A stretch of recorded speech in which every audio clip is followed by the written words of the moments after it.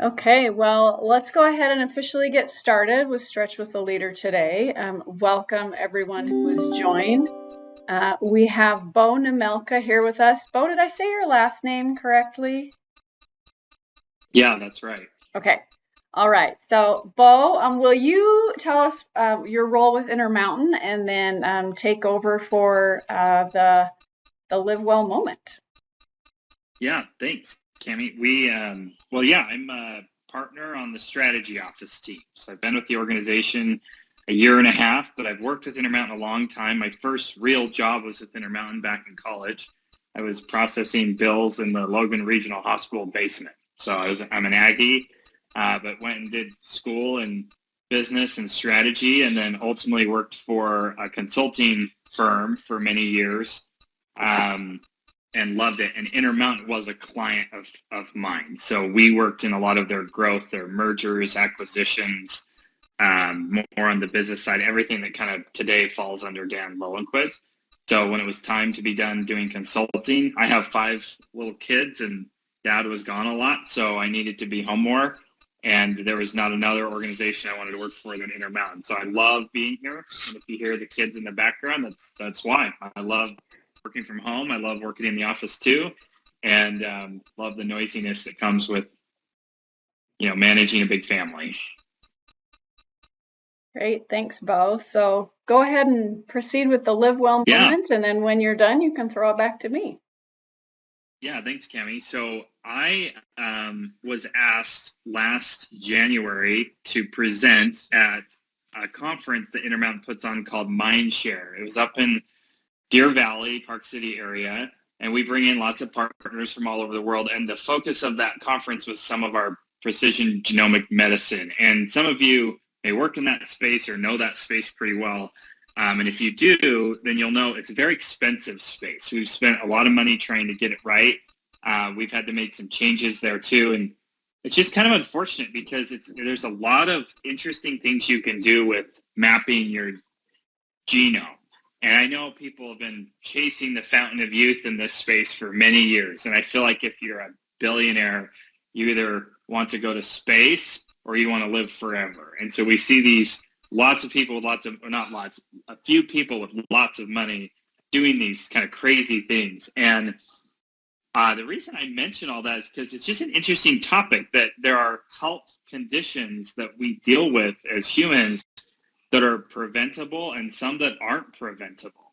And so as part of preparing for that presentation, we have a really unique story in the Nemelka family that led us to discovering a health condition that was not preventable, that was genetic.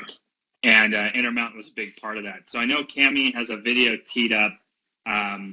So I thought we could share it. It's only a couple minutes long, and then I'll kind of go from there. So Cami, yeah, I can see your screen. It's a little, I don't know if it's blurry for others, but maybe try hitting play and I'll let you know if it's coming up okay. Yeah, that looks great. You can go full screen in the bottom right corner. Thanks.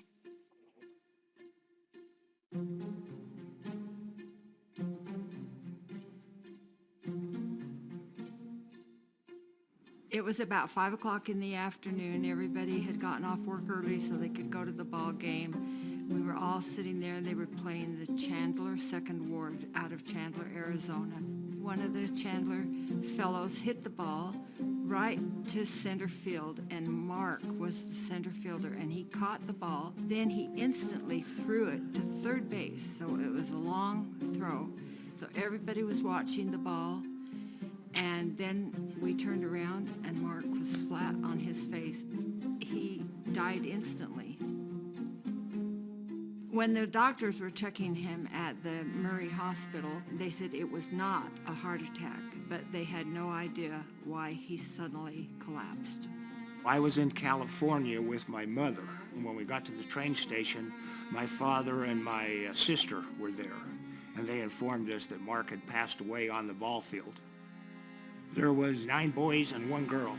At no time did I think that what happened to Mark would happen to me or any of my other brothers. But in the end, of the 10, 5 of them passed away because of their heart before they turned 50.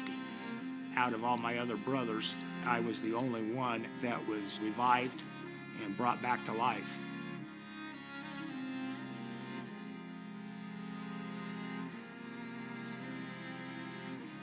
My dream was to be a nurse.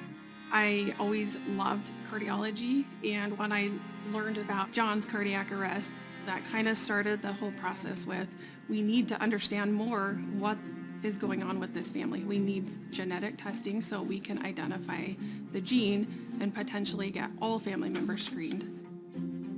It's been 65 years that we have not known what was going on with this family, and now we do.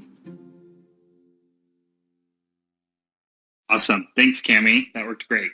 I also put the video in the chat in case you want to see it another time. But yeah, so this was what was happening. We saw our family just starting one by one, starting to lose their lives at young ages. And these were healthy people. Some of you may know my last name. One of the brothers mentioned in there who survived his picture there is named Dick Nemelka. He was a pretty well-known BYU basketball player who went on to play in the NBA. So good athletes, good family. And I don't think we would have found out about this had not my great-grandfather and great-grandmother had 10 children, because there was such a large pool to look at, like the denominator was big. So you could see a pattern because there were so many children.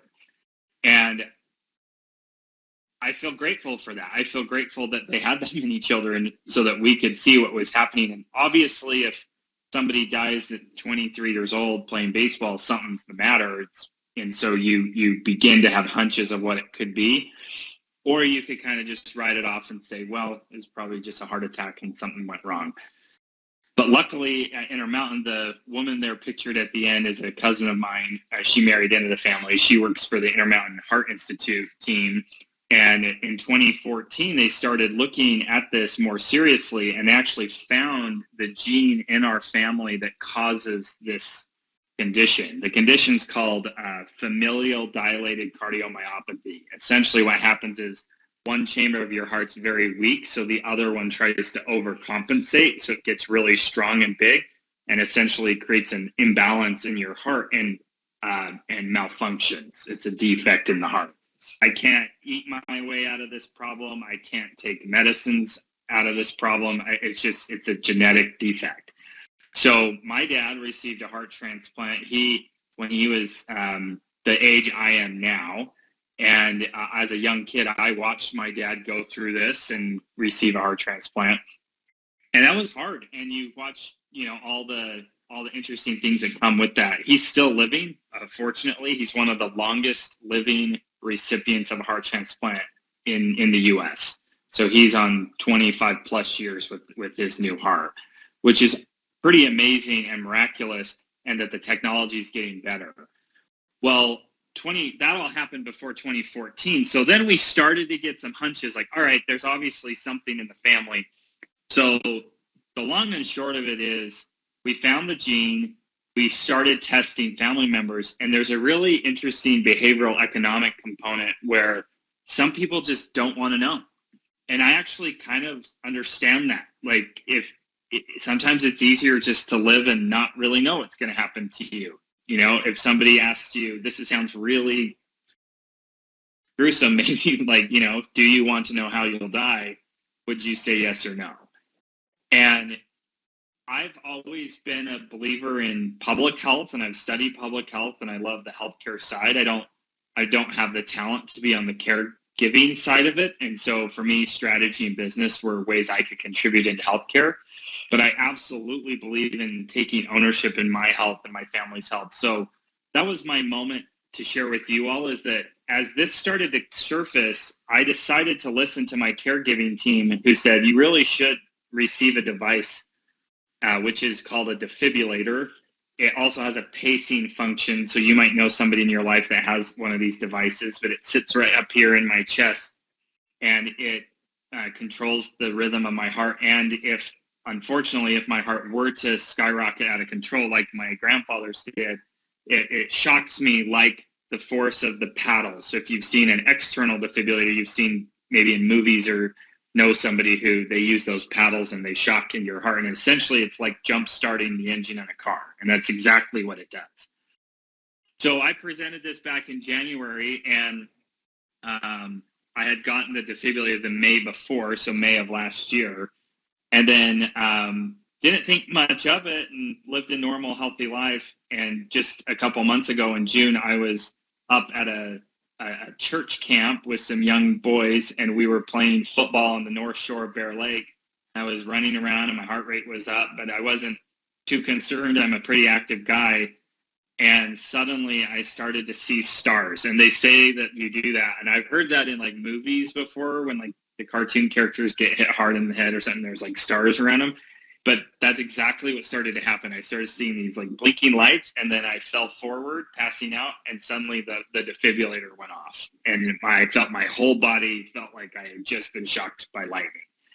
And I didn't end up passing out because the shock woke me up and essentially saved my life, because it read that my heart, that chamber in my heart had, because I was in active play with those boys, my heart just raced out of control, and they clocked my heartbeat at 286 beats a minute when it went off. So essentially it would have either I would have blacked out and needed to be revived, or worse. And luckily I was able to be okay. It was the craziest feeling in the world, because 10 minutes later, I felt like I could go back in and keep playing. I didn't. I immediately called my caregiving team. I was texting my doctors, and I love that about Intermountain, because they're just so personal. And they were texting me back saying, all right, it went off. Are you okay? They're tracking it. The device that I have actually doesn't connect to my phone yet. The newer ones do. So I missed the deadline by like a few months. So the device I have actually I have to bring it back to a charging station, and I put this magnetic transmitter on it, and it transmits to iMed what happened. So all I had to do is, I didn't have to go to the emergency room. I didn't have to go anywhere else. Like, you think of the medical innovation that is. They just said, look, like if you were to show up at the doctor's office or in the emergency room, they wouldn't be able to help you, because there's nothing we can do. Your heart has that defect. So you need to get to your transmitter, transmit, and then we can see what happened. They were wondering if it either could have been I was passing out from high altitude and then it just went off, or it could have been because my heart raced out of control. So they did confirm it was my heart. And I never went into a doctor visit. I never still felt very cared for. I did go visit one time to have him read the full report. And so that's the moment. I know we're out of time. I just wanted you to know that was the moment I wanted to share, that as I talked to Cammie about this, was if there's one takeaway that I would share with you all that I wrote here in my notes is, we all have something impacting our health. Every one of us on this call has something in our family that's impacting our health. And we talk a lot about the preventable side of health, but we don't talk as much about the non-preventable. I love both sides and studying both sides, but like I said, I can't eat my way out of this problem. I can't take medicine out of this problem. Eventually, I'll need a heart transplant if it gets worse. If not, I'll manage it through these devices. So my invitation to all of you as we close is, make sure that you are talking to your care teams. Do as much family history as you can.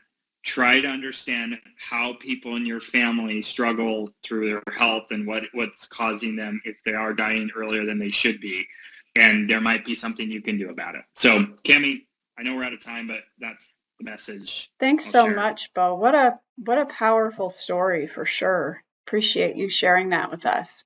I know we are out of time.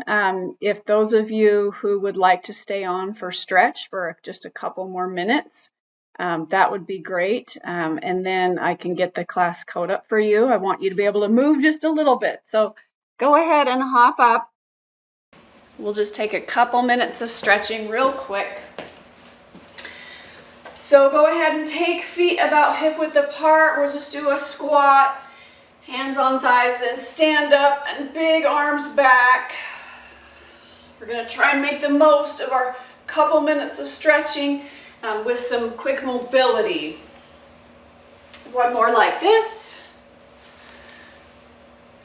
All right, feet together. We're gonna step to the left, and then as you do so, push your arms to the right into a twist, come back to the center, and repeat. Step, push, and twist. Let's do one more like this. Okay, go the other way. Step, push, and twist. Take some nice big breaths as you do this. Last one. All right, we're gonna take a step back with the right leg. Step back and then go into cactus arms. Step forward, round through the back, and other side. Step back and round forward. Let's do one more each side. Last one. And right here. All right, this is our last stretch. Take legs kind of wide. We're gonna take arms big and wide and then grab underneath and do a little side bend. Big arms, reach and side bend. Release, take a big inhale up and exhale, release the arms. All right, everybody. Thanks for joining today.